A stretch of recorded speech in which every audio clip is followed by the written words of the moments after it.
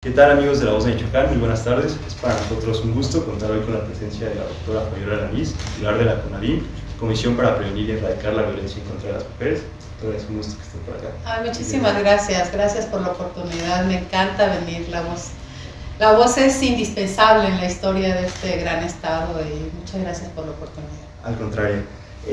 Doctora, quisiera comenzar esta entrevista, esta conversación con usted preguntándole: usted ha sido una persona que ha dedicado gran parte de su vida a la política y a la lucha social. Le quisiera preguntar, sobre todo desde una perspectiva de género, lo que significa el ser mujer y el estar de lleno en la política. ¿Cómo lo ha vivido usted? Pues me ha tocado observar cómo ha evolucionado la participación de las mujeres, no solamente en la política, sino también en la economía, también a nivel profesional. Todavía hace algunas décadas era impensable que pudiéramos, por ejemplo, contar con tantas mujeres en espacios en donde se toman decisiones. Yo creo que hace 5 o 10 años no imaginábamos que podríamos tener ya en este 2023 9 gobernadoras gobernando 26 millones de mexicanas y mexicanos, de tener una presidenta del Banco de México, de contar con tantas mujeres en los gabinetes locales.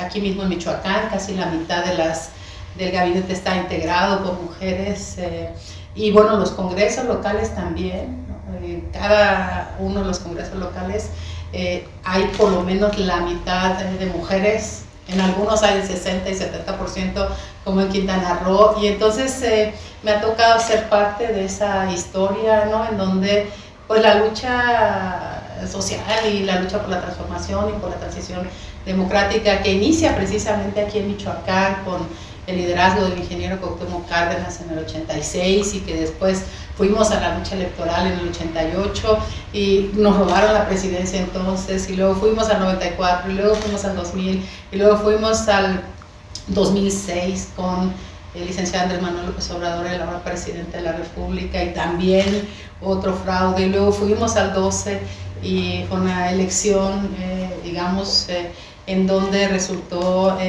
ganador Enrique Peña Nieto, pero a partir, digamos, de un uso excesivo de recursos. Y llegamos al 2018, en un momento en el que el país está evolucionando, cambiando muchísimo, y en ese cambio el papel de las mujeres es fundamental. De acuerdo.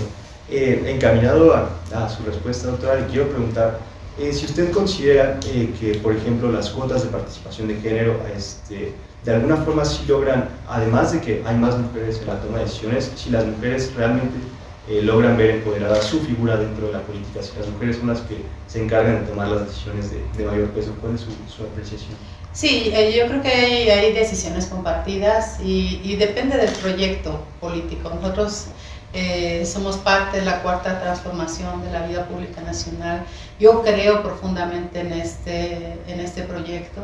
Creo en este proyecto no solamente por razones ideológicas, sino porque desde mi perspectiva de economista, yo soy economista de formación en la Universidad Nicolaita, puedo observar cómo es un modelo perfectamente viable de desarrollo para el país, un modelo con la recuperación de la Rectoría del Estado en muchos temas, pero además un modelo que combina el desarrollo económico con el bienestar social, que eso es fundamental. Y entonces ahí la vida de las mujeres también tiene una participación importante. Por ejemplo, casi 28 millones de mujeres en este país son beneficiadas de los programas prioritarios, de becas Benito Juárez, de becas del programa Sembrando Vida, de los adultos mayores. O sea, sí hay una participación importante de las mujeres, no solamente en donde se toman decisiones, sino también como parte, digamos, de los beneficios sociales que tiene esta organización. De acuerdo.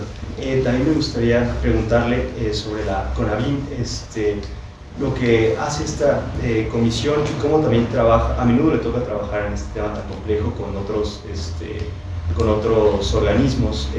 ¿Cuáles considera que son como las principales vertientes en las que se enfoca la CONAVIM? Qué buena pregunta. Es la primera vez que me preguntan esto. y creo que es oportuno decir que uno de los brazos más importantes para avanzar en el acceso a la justicia para las mujeres son las áreas de procuración y impartición de justicia, es decir, Poder Judicial y Fiscalías en este caso. Y nuestra tarea muy cercana es con Fiscalías, porque se trata de garantizar que ningún delito que afecte, un delito cometido en contra de una mujer, quede en impunidad. Nuestro reto es que no haya impunidad. Nuestro reto es que si hay un feminicidio, hay un feminicida detenido. Que si hay una agresión sexual a una mujer, hay un detenido de esa agresión sexual. Y también nuestra tarea, además de trabajo con fiscalías, es muy cercana, por ejemplo, a las instancias de las mujeres. Aquí en Michoacán, con la Secretaría de Igualdad Sustantiva, tenemos una relación muy cercana, porque lo que queremos es que no ocurran esos feminicidios. Y para que no ocurran esos feminicidios, necesitamos llegar a tiempo, necesitamos prevenir, necesitamos decirle a las mujeres que rompan el silencio, que se atrevan a hablar, que la violencia no es normal y que pueden recibir apoyo. A diferencia de hace 5, de 10 años, de 20 años, ahora ya hay instrumentos legales que protegen la seguridad y la vida de las mujeres, y ahora están también en esta nueva, digamos, resolución del Congreso de integrar, por ejemplo, el padrón de deudores alimentarios. Eso también le da posibilidades de mayor bienestar a las mujeres. De acuerdo.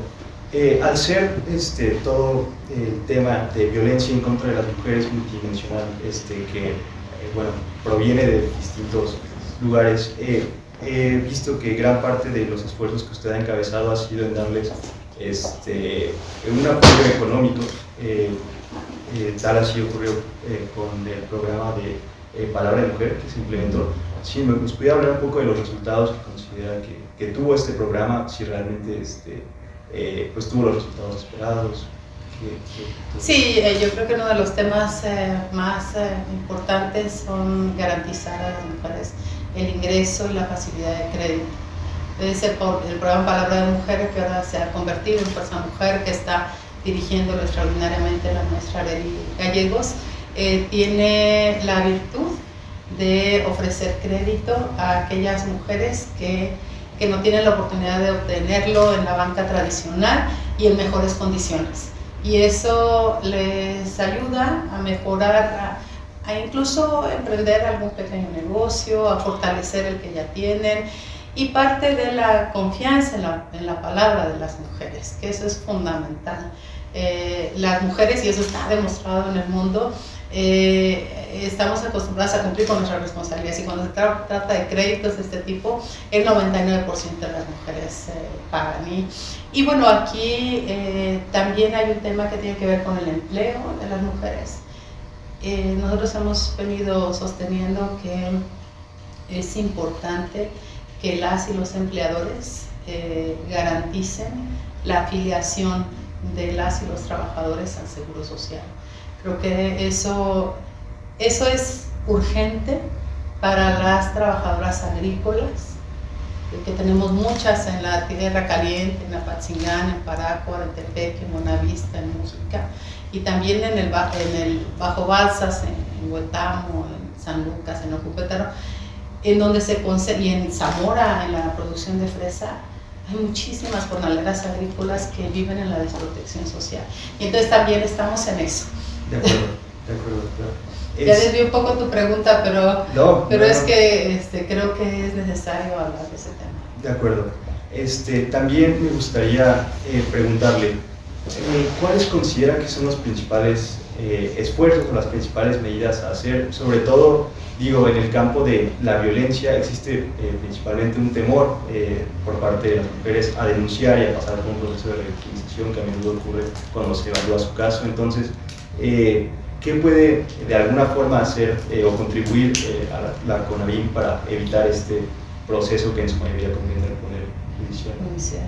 Pues insistir en este caso en la Fiscalía General del Estado en la necesidad de ampliar las agencias del Ministerio Público y que el personal que va a atender en esas agencias esté capacitado para atender a una mujer. Yo les digo mucho que no es lo mismo robarse un vehículo, que es grave, un robo, el que se trate es grave, robarse un vehículo es muy grave, pero no le puedes dar el mismo trato a alguien que se robó un vehículo, al delito, que alguien que violó a una mujer. Entonces, hay que entender la circunstancia por la que atraviesa una mujer que fue violentada sexualmente, llega en una condición de depresión determinada, llega en una condición física determinada y requiere un trato cercano, requiere un trato, digamos, con calidad, con profesionalismo, no que lleguen a culparla a ella y que sea ella la que tenga que justificar o que sea ella la que tenga que explicar lo que pasó. Entonces, sí necesitamos que las agencias del Ministerio Público no revictimicen a las mujeres, que no cuestionen la palabra de las mujeres y que las atiendan adecuadamente. Hay una agencia del Ministerio Público instalada en la Secretaría de Igualdad Sustantiva, que es mucho mejor que acudir a la Fiscalía en el caso de las mujeres. Ahí pueden levantar una denuncia en media hora, 35 minutos, en una Fiscalía de 3 horas o 4. Y también en el Centro de Justicia para las Mujeres. De acuerdo. También, bueno, dentro de esta vertiente me gustaría preguntarle, ¿qué medidas se podrían implementar para garantizar la seguridad de las mujeres una vez que llevan a cabo este proceso? Es decir, una vez que presentan la denuncia, que no, una vez que lo hagan no regresen y vuelvan a ser víctimas de alguna situación similar o de una intimidación. ¿Cómo se podría garantizar su seguridad a lo largo del proceso? En otros estados, la seguridad de las mujeres está en mejores condiciones, digamos, porque, por ejemplo, en la Ciudad de México, si hay un conflicto o si, por ejemplo, un hombre está golpeando a una mujer o está agrediéndola, él sale del domicilio y ella se queda en el domicilio con sus hijas, sus hijos, lo que es su entorno. Pero solamente sucede en la Ciudad de México. Entonces necesitamos que el Congreso local también presente la iniciativa, esta iniciativa denominada El hombre sale de casa, el agresor sale de casa y no la mujer. Eso sería, digamos, sería mucho mejor para garantizar la seguridad de las mujeres, porque hay medidas, hay órdenes y medidas de protección y se supone que los elementos de policía tienen que dar rondines y tienen que ver si la mujer está bien, pero siempre es insuficiente. Pero lo mejor es que el agresor salga de casa. De acuerdo, de acuerdo. También me gustaría preguntarle si para de alguna forma llegar a más mujeres pudiera ser viable una alianza entre gobierno, sociedad civil. He visto también que dentro de CONAVIM tienen programas para incentivar subsidios para hogares a los cuales acuden las mujeres. ¿Cómo se pueden llegar a estas alianzas entre gobierno y sociedad civil para que sea un problema que competa a todos, que involucre a las personas y no recaiga únicamente del lado gubernamental? Sí, es de tal magnitud el fenómeno de la violencia que afecta a las mujeres que requiere la participación de todas y de todos, de la sociedad organizada, del Poder Ejecutivo, del Legislativo. Por ejemplo, este esquema de refugios, los refugios especializados para mujeres que viven violencia, tenemos autorizados para este año 115 en todo el país. Aquí en Michoacán hay 3, uno que tiene la Secretaría de Igualdad Sustantiva, otro el gobierno municipal y otro una organización de la sociedad civil. Y eso ayuda mucho porque son conocedoras, porque saben cómo tratar a las mujeres, saben que los modelos incorporan a las mujeres, a sus hijas y a sus hijos, que no van solas, que hay que atenderlas integralmente, dándoles apoyo jurídico, psicológico, orientándolas para cuando salgan del refugio, que tengan un lugar a donde ir, cuando ya decidieron, por ejemplo, separarse, o cuando tienen que cambiarse de estado. Entonces, bueno, pues ahí estamos nosotras para servirla, respaldando y sí se requiere la colaboración de la sociedad en su conjunto. De acuerdo. De los medios de comunicación, por ejemplo, que son extraordinarios aliados para difundir la necesidad de que las mujeres sean respetadas en su integridad. De acuerdo. Y también quisiera preguntarle sobre el enfoque que se tiene a menudo en las políticas públicas de carácter de género, si también, al igual de que es importante tratar y apoyar a las víctimas una vez que ocurra, si usted considera que se pudiera incidir de tal forma que se educara a las personas a no violentar a las mujeres, en este caso a los hombres. ¿Qué medidas considera usted puntuales que se podrían adoptar para evitar? Esa es otra buena pregunta. Los hombres deben ser parte de la solución. La violencia que afecta a las mujeres no es tema de mujeres. Le compete a la sociedad y le compete a los agresores. Hay muchos modelos que se han puesto en práctica en la región latinoamericana, en Argentina, en Uruguay, en otros lugares, y acá tenemos también centros de atención a violentadores. En algunos casos tienen que ir obligadamente para cumplir, por ejemplo, medidas cautelares. Pero más que la obligación, y a mí me ha tocado estar en terapias donde están puros hombres, es muy interesante porque ellos mismos reflexionan y se van dando cuenta que no es normal la agresión. Eso es para una generación, la generación, digamos, que tienen ahorita más de 50, ¿no? 45, 50 años. Y luego hay otra generación, la de los millennials, que ya es una generación diferente. Esa generación ya nació conociendo sus derechos, las mujeres y los hombres. Entonces las mujeres saben que en la mayoría de los casos que no pueden ser agredidas. Por ejemplo, la encuesta que se hace sobre la violencia a nivel nacional en DIGE, la mayor cantidad de mujeres que participaron fueron jóvenes menores de 35 años, y esas jóvenes hablaron sobre sus derechos y hablaron de que estaban siendo hostigadas, que estaban siendo acosadas en la escuela, etcétera. Se reconocen que la violencia no es normal. Esa es otra generación, la de los millennials. Y hay otra generación, la generación Z, que es la generación que tiene menos de 18 años, que están la mayoría estudiando en la educación media superior, que es nuestra apuesta para la erradicación cultural de la violencia. Esos jóvenes ahora sí que ya nacieron con todos los derechos. Si tú les preguntas, son medioambientalistas, animalistas, son promotores de los derechos, son totalmente digitales, ¿no? Viven en el metaverso, y entonces su relación con la otra, o su relación con la sociedad en su conjunto, es de otro nivel. Entonces ya nacieron con los derechos. Nosotros luchamos por tener los derechos. Nosotros luchamos porque hubiera una ley general de acceso, luchamos porque hubiera una ley para la igualdad, luchamos porque hubiera sentencias que castigaran a los violentadores, todo eso. Pero esta generación ya nació con esos derechos y ya sabe que no es normal violentar a una mujer.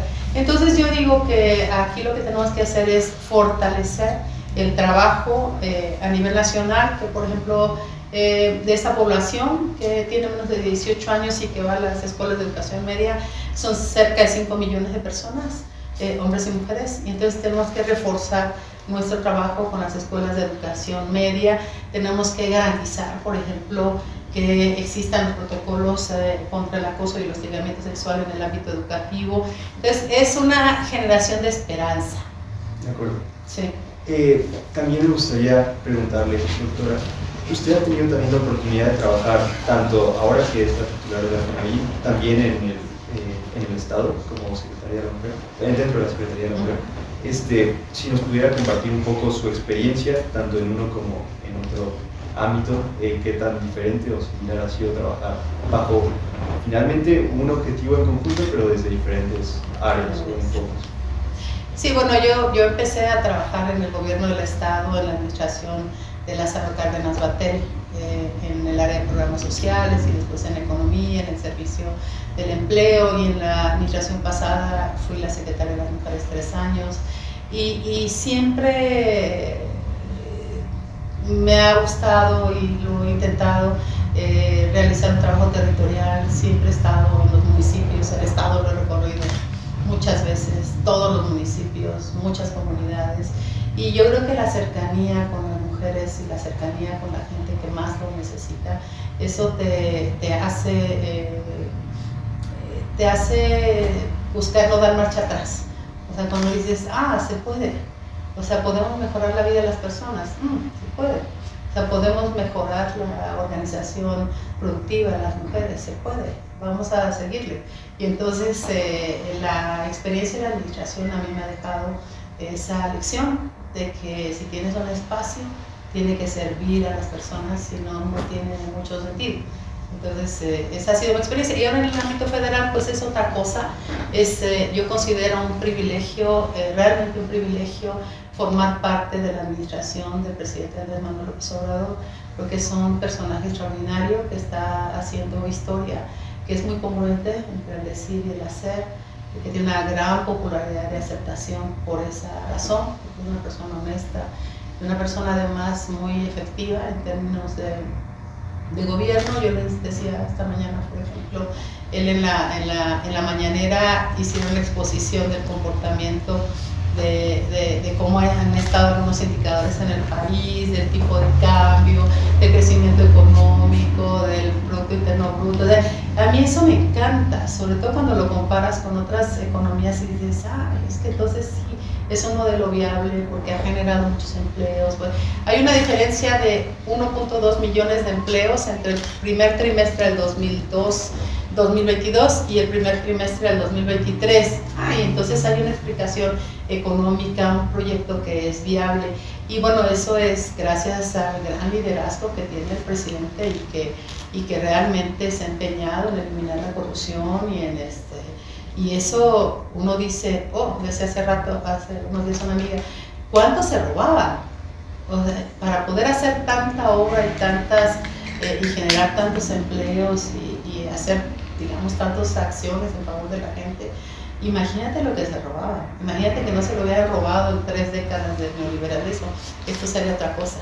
Entonces, bueno, mi experiencia en el gobierno federal ha sido así, muy buena, una relación muy cercana con las y los gobernadores, con las titulares de las mujeres, con las mujeres buscadoras, con las mujeres víctimas indirectas de feminicidio, con las niñas, niños en orfandad por feminicidio, con las víctimas indirectas de estos niños, con las abuelas que se quedan con ellos. Entonces, sí ha sido una experiencia muy bonita. De acuerdo. También en el apartado personal quisiera preguntarle, la mayoría de su carrera política la ha enfocado a crear políticas públicas con una orientación de género. Personalmente, ¿usted se ve siguiendo ese mismo proyecto a futuro? ¿Cómo se vería usted regresando tal vez a Michoacán? ¿Qué considera? Sí, la tierra llama. Yo quiero terminar, digamos, la encomienda que me ha dado el señor presidente y bueno, pues seguir trabajando por mi estado, ayudando todo lo que puedo. Yo creo que Michoacán tiene un gran potencial. Creo que el gobierno lo está haciendo bien, pero no necesita el respaldo de los otros poderes. Creo que el poder legislativo podría ayudar mucho más, en el ámbito judicial también. Y él en sí mismo está haciendo un esfuerzo grande, es un gobernador joven, es un gobernador que pertenece a nuestro movimiento y yo creo que lo está haciendo bien. Y Michoacán puede repuntar todavía mucho más en términos económicos, en términos culturales, en términos sociales. Yo estaba revisando, por ejemplo, me llama muchísimo la atención que somos los productores, producimos el 98.3% de la zarzamora que se produce a nivel nacional, o sea, y el aguacate, digamos, somos una potencia en términos, digamos, de producción primaria, y ese es un gran potencial. Entonces, hay muchas cosas que se pueden hacer en Michoacán, y la apuesta tendría que ser desarrollo económico, sí, pero con bienestar social. De acuerdo. Pues, doctora, para nosotros ha sido un gusto tenerla aquí en La Voz de Michoacán. Realmente es un gusto contar con su presencia y tener esta conversación con usted. Muchísimas gracias. Muchas gracias. La agradecida soy yo. Muchas gracias.